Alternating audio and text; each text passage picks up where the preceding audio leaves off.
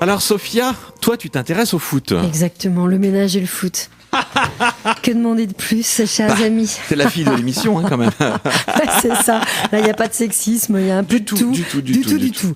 Non, en effet c'est du foot, mais c'est un peu plus que ça. Déjà, ne serait-ce que moi, la maison d'édition des Ronds dans l'eau, on sait qu'on est généralement sur quelque chose un peu... on rentre très facilement dans des biographies. De quel genre de narration? Des biographies?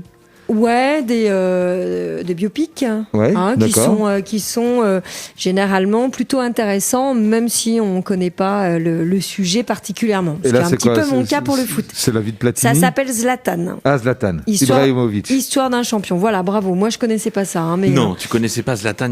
Moi qui suis nul en foot, je connais quand même Zlatan. Moi, je connais le nom aussi. Ouais. Non, oui. moi, je suis nul en foot. Zlatan. Alors, si j'avais peut-être vu quelques t-shirts avec marqué un nom comme ça. Oui, les Suédois. Oui, les Suédois. Suédois d'origine yougoslave. Alors maintenant, par contre, je peux vous tacler là-dessus. Quoi. Ah ouais, voilà. T'es au taquet là. Donc je vous présente ce soir une tranche de vie, une sorte d'esquisse de personnage, donc au travers de ce très joli ouvrage Zlatan, Histoire d'un champion.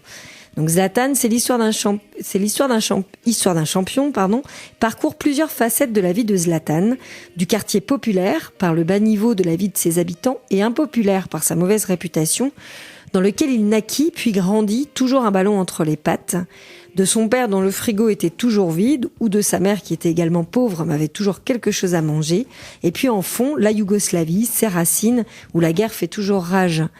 Des tranches de quartier, des tranches de vie qui façonnèrent le grand champion qu'il devint ensuite, ainsi que son caractère toujours un peu rebelle, et que l'on parcourt avec le narrateur représenté dans les pages, qui au fil de cette ville de Suède, Malmö, et de ce quartier ghetto, Rosengard, où il grandit.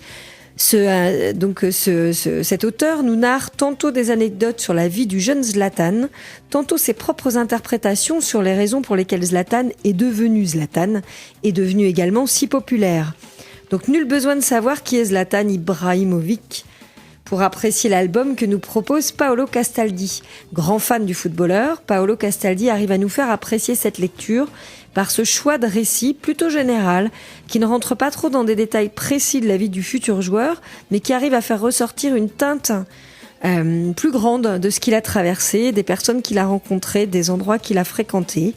L'histoire se découpe en 12 chapitres, commençant par le départ du narrateur en 2018, prêt à monter dans l'avion pour Copenhague afin d'aller découvrir la vie de son héros, puis retraçant la vie de Zlatan des années 90 jusqu'à son arrivée en première division, pour finir sur le départ ensuite de l'auteur, qui clôt son périple par une citation écrite sur un pont de Rosengard, où il est écrit « On peut sortir un gars de Rosengard, mais non, on ne peut jamais sortir Rosengard de ce gars », ajoutant à cette phrase « Quand on regarde sa carrière pendant toutes ces années, ses gestes, son jeu, ses paroles, on comprend qu'il n'y a pas de meilleur mot pour résumer son histoire ».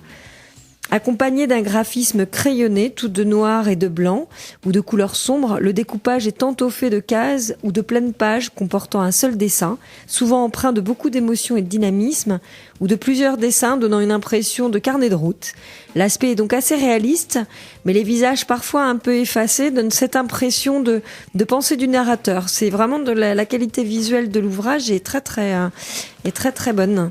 C'est un biopic donc qui ne peut que ravir les fans de Zlatan, je pense, mais qui peut plaire également aux lecteurs appréciant déjà le travail de Paolo Castaldi, auteur en pleine ascension en Italie, qui nous avait déjà interpellés par son très bel album graphique racontant la vie de Diego Maradona.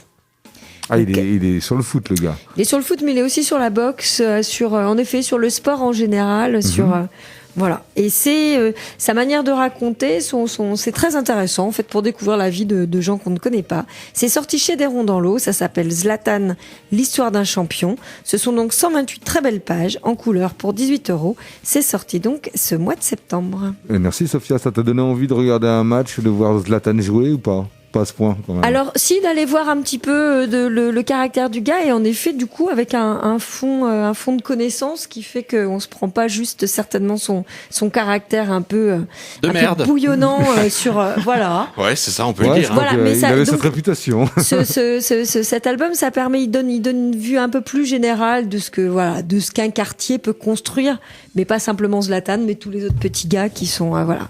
Ok. Voilà. Ça m'a plu.